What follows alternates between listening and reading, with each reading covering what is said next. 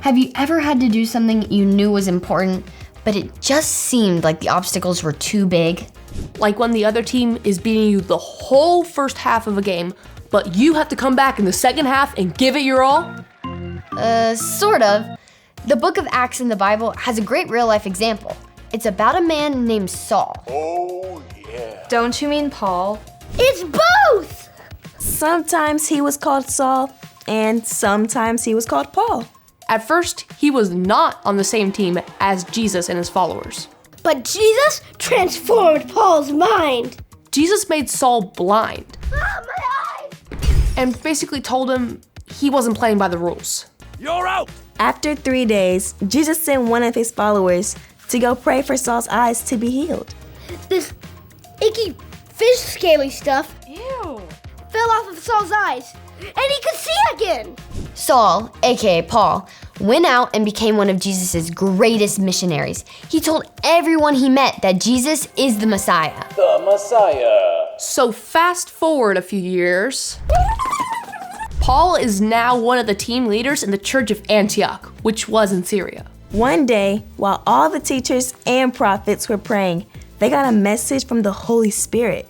Oh, I know this. The Holy Spirit is... The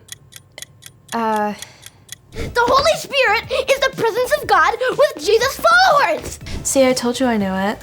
Sorry. Sometimes I just get so excited! Sometimes.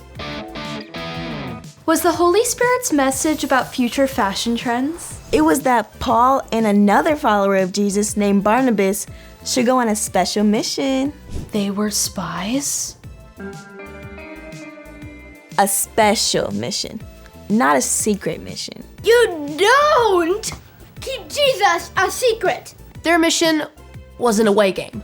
They had to go to an island called Cyprus and tell everyone that Jesus had come to set people free from sin. They also took their helper named John Mark. They believed they'd find a lot of Jewish people who honored God, but needed to hear about Jesus. They also got a chance to meet with the government leader named Paulus, who was super curious about them. Getting a chance to tell the government leader about Jesus?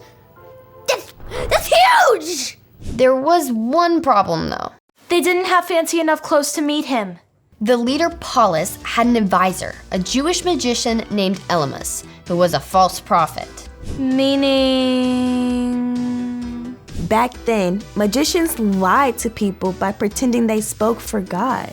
But God had made it clear that all that magic stuff was breaking the rules.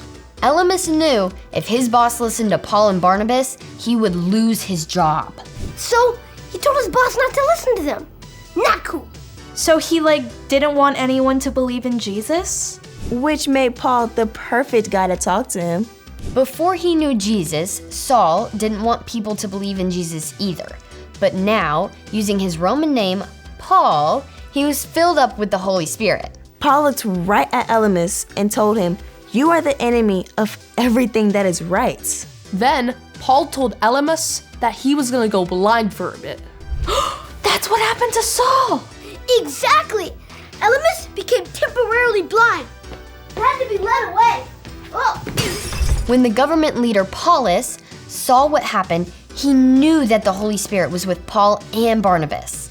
He was ready to hear about Jesus. This whole thing was proof that nothing, no magic, no lies, no forces of evil, nothing is stronger than God's plans. God's plan. Jesus sent the Holy Spirit to Paul and Barnabas.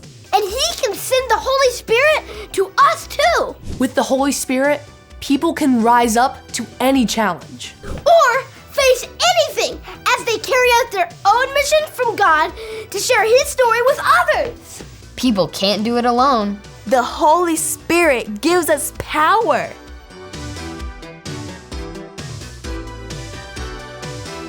It sounds like the Holy Spirit can help us do anything. The Holy Spirit is the presence of God. And God can do anything. So, yeah!